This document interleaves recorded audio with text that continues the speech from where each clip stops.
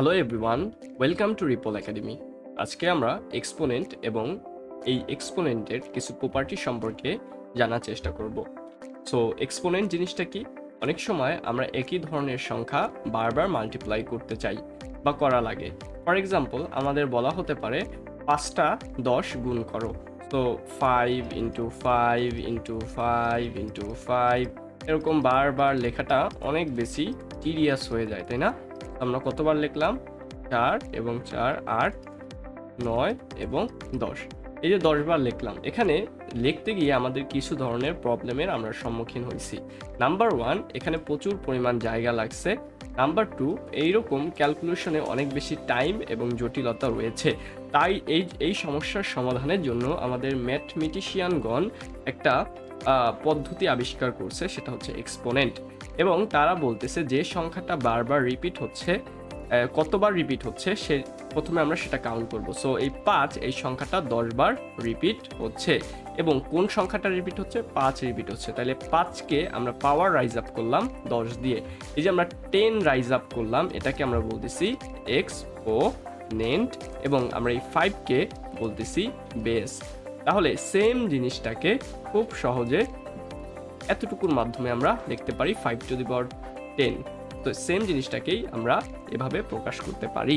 এখন এই এক্সপোনেন্টের কিছু প্রপার্টি রয়েছে যেগুলো সম্পর্কে আমাদের সম্যক ধারণা থাকা প্রয়োজন, আদারওয়াইজ আমাদের অনেক মিস্টেক হওয়ার সম্ভাবনা থাকতে পারে। সো আমরা কয়েকটা এক্সপোনেন্ট দেখার চেষ্টা করব। নাম্বার 1, এক্সপোনেন্ট হিসাবে যদি এক্সপোনেন্ট আমার 1 থাকে তাহলে কি হবে? অর্থাৎ কোনো কিছুর উপরে যদি আমার পাওয়ার 1 থাকে সেই ক্ষেত্রে আমার কি হবে? যদি কোনো কিছুর উপরে পাওয়ার 1 থাকে সেই ক্ষেত্রে আমাদের মনে রাখতে হবে যেই সংখ্যার উপরে পাওয়ার 1 দিয়েছি সেই সংখ্যাটাই হবে, অর্থাৎ এখানে 2 হবে। এখানে যদি এমন হইতো -5, এর উপরে যদি আমি পাওয়ার রাইজ আপ করতাম 1, এর মানে -5ই হবে। অর্থাৎ 5কে এক সংখ্যক বার গুণ করা হয়েছে। কোনো সংখ্যাকে 1 দ্বারা গুণ করলে কিন্তু সেই সংখ্যাই হয়। তাহলে আমাদের এখানে অ্যান্সার, অর্থাৎ যে সংখ্যাটার পাওয়ার রাইজ করা হচ্ছে সেই সংখ্যাটাই হবে। এখন আমরা যদি চিন্তা করি, এটা যদি আমরা এক্সপোনেন্ট 1 এর জায়গায় যদি আমাদের ফর এক্সাম্পল 0 হয় তাহলে কি হবে? যদি ফর এক্সাম্পল এক্সপোনেন্ট 0 হয় এবং 2 টু দি পাওয়ার যদি 0 হয় সেই ক্ষেত্রে আমাদের অ্যান্সার হবে 1। অর্থাৎ যেই সংখ্যাকেই আমরা এক্সপোনেন্ট 0 দ্বারা পাওয়ার রাইজ আপ করি না, আমার অ্যান্সার সবসময় 1 হবে। এখানে যদি -5 হইতো, এটাকেও যদি আমরা 0 দ্বারা পাওয়ার রাইজ আপ করতাম, এখানেও অ্যান্সার 1 হইতো। বাট আমাদের একটা ইম্পর্টেন্ট থিং মনে রাখা লাগবে। ইম্পর্টেন্ট থিংটা হচ্ছে যে আমরা 0কে যদি 0-র পাওয়ার দ্বারা রাইজ আপ করি সেক্ষেত্রে কিন্তু 1 হবে না, এটা আনডিফাইন্ড হয়ে যাবে। তো এই কনসেপ্টটা আমাদের একটু মনে রাখা লাগবে। এখন আমরা জানার চেষ্টা করব, ফর এক্সাম্পল এটাকে আমরা একটু ছোট করে একটা জায়গায় রেখে দেই। এখন আমরা অন্য কনসেপ্টগুলো জানার চেষ্টা করব। এখন আমরা জানার চেষ্টা করব যদি আমার এক্সপোনেন্ট নেগেটিভ হয় তাহলে কি হবে? এক্সপোনেন্ট কি হয়? এক্সপোনেন্ট যদি আমার নেগেটিভ হয় তাহলে কি হবে? ফর এক্সাম্পল আমি বুঝলাম 5 টু দি পাওয়ার -2।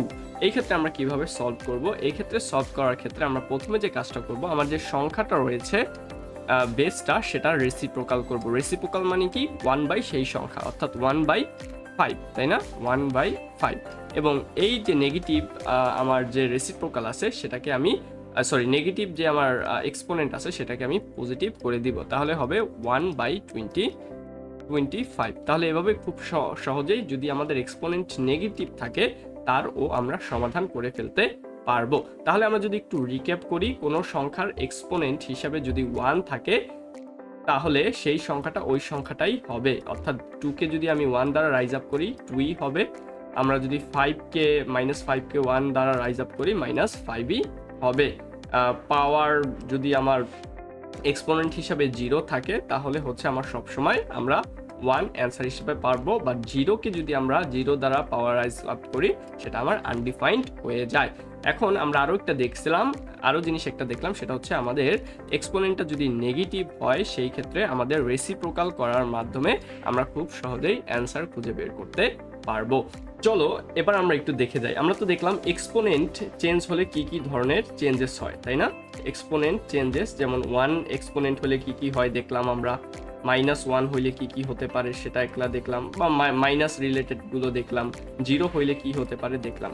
এবার আমরা দেখার চেষ্টা করব আমাদের যদি বেস এর চেঞ্জ হয়, তাহলে বেস কোনটা, বেস আমরা একটু আগে দেখে আসলাম তাই না? যদি 5 টু দি পাওয়ার 3 থাকে এটা হচ্ছে আমার বেস, এটা হচ্ছে আমার এক্সপোনেন্ট বা পাওয়ার।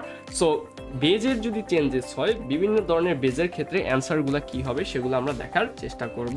সো নাম্বার 1 আমরা যেটা দেখার চেষ্টা করব সেটা হচ্ছে বেস হিসাবে যদি আমার 1 থাকে, বেস হিসাবে 1 থাকলে কি হবে, বেস হিসাবে যদি 1 থাকে, একে যদি আমি পাওয়ার রাইজ আপ করি, পজিটিভ নাম্বার অথবা negative number it doesn't matter, আমার অ্যান্সার সবসময় 1 হবে। যেমন 1 ছিল, একে আমরা ফর এক্সাম্পল 2 দ্বারা পাওয়ার 2 দ্বারা রাইজ আপ করলাম, অ্যান্সার 1ই হবে।